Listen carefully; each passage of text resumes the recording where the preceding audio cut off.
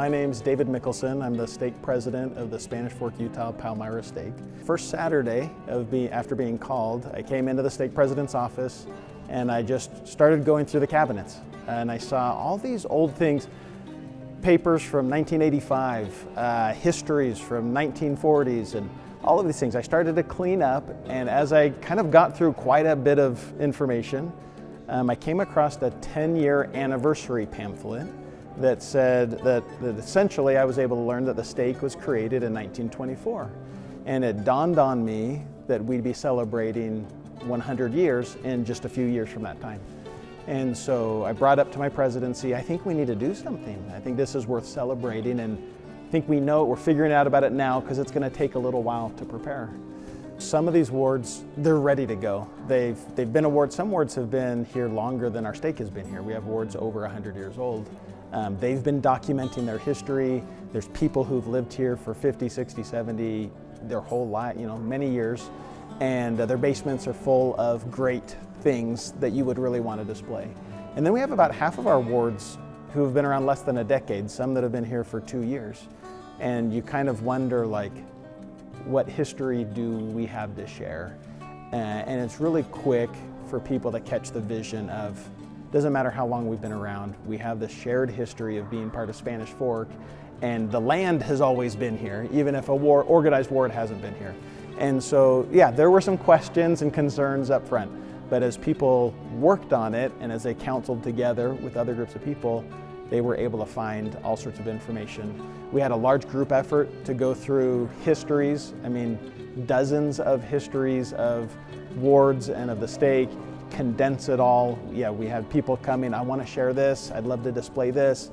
It was not hard to find a lot of people who were able to really produce something that was meaningful and helpful and representative of being a resident of Spanish Fork City. The members of the church, of the wards and the stake, built this building, and one of the builders was my dad. And so as a 5-year-old boy, my mother was the Relief Society president, and so she would come up here and bring lemonade in the summer times and hot chocolate in the winter, and bring donuts or brownies or whatever that they made for the men as they were building them. And I'd come here and I'd see my dad up on top of this roof right here building, or sitting there putting soffit or fascias another day, or trimming out anywhere around there. And they'd yell down at me and they'd go, "Richard, go pick up them pieces of wood that are laying around there and put them in a big pile." And so I would do that. And 10th Ward and 11th Ward was the first 2 wards that were in this building, besides being the stake house itself. J. Austin Cope was the stake president at the time. Still remember that powerful, wonderful man as a little boy. It was just wonderful stuff. They used to have lockers here and lockers down there for the girls. I had my own locker for years, and they had showers in there. They had 8 or 9 heads that would go in there. As a little boy, we'd plug them up and go swimming in them a little bit. We'd get in a lot of trouble for doing that, but them were good memories. I've always been in this building, baptized, all my priesthoods. I was married here. I was married in this building. I just can't tell you how many wonderful things that have happened in my life. Friends, neighbors. I walk around and I see pictures of all these wonderful people that were involved in the history of Palmyra Steakhouse, and known them and know them now. But just walking through the building, and I see all my friends again, and the people that I loved and played football and baseball and basketball, all came back into memory. And like I said, talking about the locker rooms, them are great memories, fun memories, being a deacon, and passing the sacrament, and doing, being in scouts. We had a great scoutmaster. We were all, 10 or 12 of us were all Eagle Scouts because of one man, and if he wouldn't have been around, none of us would have been an Eagle Scout. But yet, there's a powerful man that helped us, made us understand how important that was. And the pioneer heritage continues on. It really does. You look at all the different bishops of all the different wards, and the great men that they were, and all the Relief Society presidents, and all the great women that they were, and the things that they have accomplished to make not only the church wonderful, but our community wonderful, because they all served. The glorious thing of serving was always there. My mother, she would make 12 loaves of bread a week, and 8 of them she would have me go and deliver to her neighbors that needed help, and always had a quilt in her front room. And she did service. She'd go out and help people. One day I remember my dad saying, "Fern, can't you stay home and take care of me?" And she says, "There's nothing wrong with you." You know, but my mother's not the only one. There was hundreds of women just like that, hundreds of men just like that, all through our stake, and that just were like that continued to serve people and wanted to make things better for people. And so we was asked by President Mickelson, as he come across a pamphlet in his possession that was kept here at the steakhouse of a 10th anniversary of when this steak was organized in 1924. And from there, it escalated to, we need to have a celebration. We're coming up on 100 years, and he got so excited that he called us. We're still wondering why they called us, but that's what happened. So with our committee, we came up with a showcase to showcase each ward, because geographically we go from Palmyra up to Slant Road by Meadowbrook Elementary or Maple Ridge, and it's geographically really big, and there's a lot of differences in all of our wards also. We had the idea to showcase each ward, whether they had been in the stake for a few months or several decades. And so, but that uniqueness has come out, and you can tell by the effort that was put in.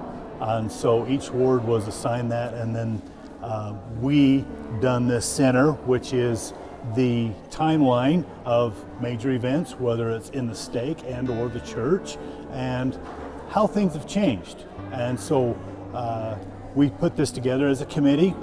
I will back up a little bit and say we called a very, very good committee, which also is very diversified, which helps us all in our own strengths. My wife's strengths and my strengths are, of course, different, but it all come together. It is.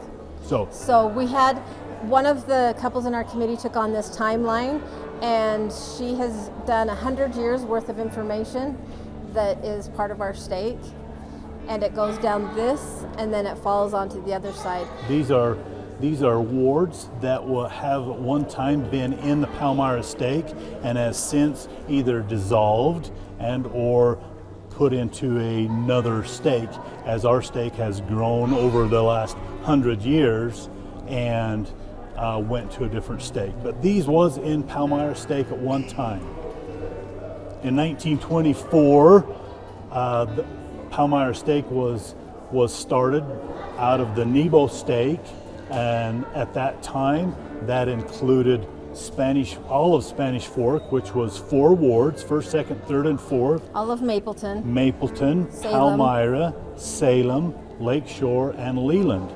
And Nebo stake also went into Payson and Genoa and Santaquin. So when it split and Palmyra, Spanish Fork Utah Palmyra stake was created, Nebo stake was still in Payson and Santaquin area. So, and then some of the items was generously give to us to display. For example, a picture of the 2000 Stripling Warriors when they was in the parade back in 2013. And that was a citywide, statewide, yes, multiple stake participation on this. Different artifacts. This would come from the Leland church building. That was a pew at one time. And also when we had the temple dedication, we had that grand event in the BYU stadium, and this sign was carried when all of the youth was represented, and it was kind of set up kind of like the Olympics, and they had that sign. And there's a show that President Roach on the groundbreaking ceremony and continue the timeline. And then these are just artifacts that we've found or people in the stake have had or part of our committee that they've kept, and things have changed a lot. They don't make some of these books anymore, or they've added and changed name of some of the titles of the organizations. Some of the challenges that we've had is is not many have been keeping some of these books and things because of the digital age that we now live in, and no use to keep it. But boy, when you see some of these, they are quite little gems to have because you don't see them any longer. We also chose to do a time capsule. We assigned each ward to have its own box, its own, and what represents them. Each bishop and their bishopric will put certain items in that box. Even the stake has their own items that they're going to display now, and then they will eventually go into each individual box and then be sealed in this still box that was built by one of our committee members, and then it actually will be housed in the back. This still box slides in the back, we'll seal it, and then this, such a nice piece of cabinet, will sit in the stake office somewhere so it doesn't get lost. Talk about the metals. This was cast out of brass and copper that we collected. All the stake members for several months would bring little donations, whether it was a sliver of a copper or a piece of brass, or even as far as we even had a small little emblem that would look like a little charm on a necklace. And so a lot of people donated, and then we took that and then added some, of course, and we made this nice bronze plaque. So the timeline just keeps continuing down for the 100 years. There was just so much information, we wanted it readable, so we did it on both sides. But this side of things are just items that we have found or had, or people in the stake has said, yes, I'd like you to display it. And some of them people still use today, like the blue canning jars, the Pepsi crates, or the wood crates are popular for decor, but they were actually used not too long ago. I'd say not too long ago because it's the 70s, and I was born in the 70s. So, but these are just different items that people have kept as mementos or collectibles. It has been very interesting to see people that have not seen anything like that before, and others recognize it and really understand that I used to play with that, or that was my grandson's. This little house is still played with by our grandson, and it was his mother, so it's been through 3 generations. And the same with this, our grandson plays with this, and it was off of his dad's side of the family. It was grandpa gave it to mom gave it to son, and now the grandson plays with it. That minnow pail was my grandfather's, and the fishing lures date clear back to the 50s, hand painted wood. Sewing machines. They've come a long way and a lot easier, and they're not, I mean, those are pretty heavy machines right there. But we thought it would be good to highlight technology because, you know, we can pull up our phones and we can take pictures and video and everything and not have the camcorder on our shoulder or have to run a reel or rewind a VHS tape. And that really wasn't that long ago either. So technology has rapidly changed over the last few years, and kids just don't see any of this anymore.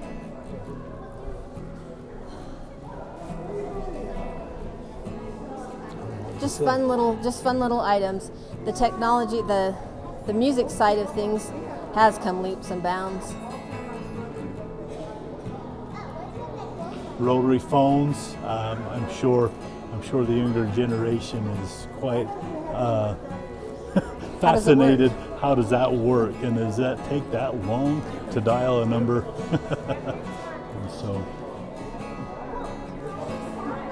the World Book, that was in most homes for homework and all kinds of reports, and the little funny that Nikki made assign the original Google. That's how we did our thesis books in school. We always highlight the missionaries, but the military, because the missionaries can do what they do, it's because of our military and the freedoms that we have. So I felt it really important to highlight the military. To honor them and each branch of the military. So this first set is from the Coast Guard, and normally you don't see the Coast Guard in Utah because we're a desert state. It's usually on the coast. But this gentleman is in our ward. This is his seaman recruit uniform, And when he retired after 30 years, he was a chief officer. And his story is right here. And the things that he did, multiple awards. Not many have that many awards. A vast knowledge of his career and what happened. And then this young man just finished his enlistment, so we have the fatigues for the Army. This box is pretty unique. This was from Private First Class Wayne Charles Youd. He was passed away in Germany in 1944 due to his injuries in war, and he was buried in France, and his body resumed in 1949 and shipped home. The coffin was inside of this box. This is what he was sent home to his family in, and the bottom latches come undone, and the whole box lifts up. So, and the coffin was transported inside. And then this uniform, these two are also Army. This one is airborne, Wallace Brown. And he is also in our ward. He was a paratrooper. We learned that the gold star on his badge right there is for a combat jump. So them are very rare. Them's not very posted very often with a combat jump. And this is actually his as well. And this is his everyday plate, and that is quite heavy. It's about 45 pounds, but that will stop a bullet front and back. And of course, there's a lot of empty things here for weapons, but even as it is, it wasn't completely loaded. But that is Iraq dust and sand and all that, and so that's legit. And this last uniform right here is Specialist Glenn Youd. It was from the Korean War. And this uniform, this box, and that uniform is all father, son, and grandson. So the history of that there. This flag right here is actually Air Force. This is a unique story. The gentleman that I borrowed this from, he was in the Vietnam War, and he was a fireman in the Air Force, and his job was to put out the fires when the planes come in, and then they would send him off to get fixed and back out to battle. And they would rotate. He was a fireman engineer every day, which that meant you were the boss. And the day he was a fireman engineer, a plane had come in, the flight crew had gotten off and said, "We got everything out, the bombs have all dropped," and his whole crew ascended onto it to put it out, except for him, because he was in charge. And there was a bomb that was stuck that they thought had been dropped, but didn't anyways. It exploded, and he lost his whole crew. So, and that's his flag and his pin front that he wore with his uniform. So everything here has a story that we felt was important for people to know, because it's the little things that make it important and absolutely touch your heart. When we were doing this, he says, when you get my uniform up, I would like to come put it together, because all these buttons are separate. Like, it wasn't on the uniform. There's a certain way that it all hooks in and stuff. But he put these in the right order, and having the picture, I was watching him do it. We took a picture, and just the pride that he has in that, and that was the story. That uniform means something to him. It wasn't handed to him. He earned every one. As everything has fell into place, we've either gotten a good feeling or, that doesn't quite work, and we've rolled with it. And you would think that the Spirit doesn't guide just in everyday things. It's, people always associate that to like big experiences, but all this has come together by just listening to the Spirit say, this is what's important and this is not. But also having the chance to read the history, to learn about what the stake is, because I'm not from here. But he is. He's part of the Palmyra Ward, and he has roots as deep as the 1851. And I had to change my mindset, because this is my children's and my future posterity's history. And it became more important then, because that's where my tie came into it, even though I didn't generate from this. And it really has strengthened me just in Spanish Fork community, feeling part of the community itself, because like I said, I didn't grow up here, so I've always felt like, I joke as I'm a move-in, but it's home. History does ground you, because it is different times, different things like we've seen with the technology, but the trials are the same. And we felt that, we have felt that and to help guide and direct us. And each story, whether it was gathering a rotary phone or a grub box that their grandfather used on a regular everyday basis, there's a story there. We had shared a little bit with the military. Each one has a story, but what the whole purpose is your history matters, because if it matters to us that we actually talk about it and we can relate, then your own history matters, and it ties us to our ancestors, and that's the important part, and that's part of the reason why we've done this. The books and retyping everything and that's been the time consuming, and I think technology's made things so much easier that we don't do it like we should, where those took the time to sit down and actually write it, that I think they think, well, it doesn't matter, it's, you know, you'll see it tomorrow.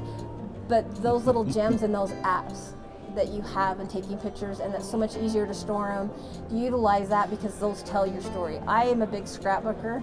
I believe in that because it tells the history of, my kids will look back on things now and they don't remember those things, but they mean something to me. And so it's something that I think it's important that every generation does. Even if you think nobody's going to read it, it doesn't matter. They do, and they care.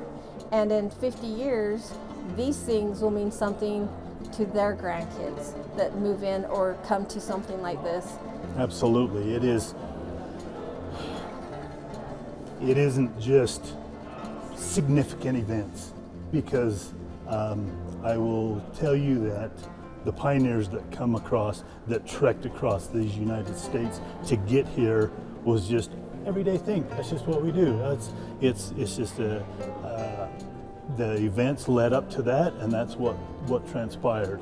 And when we read these stories, it is a little gem, especially when it is an ancestor of a great-great-grandmother that had an experience, and luckily they did write that down. And so my advice to anyone is, there's no small significant in your life.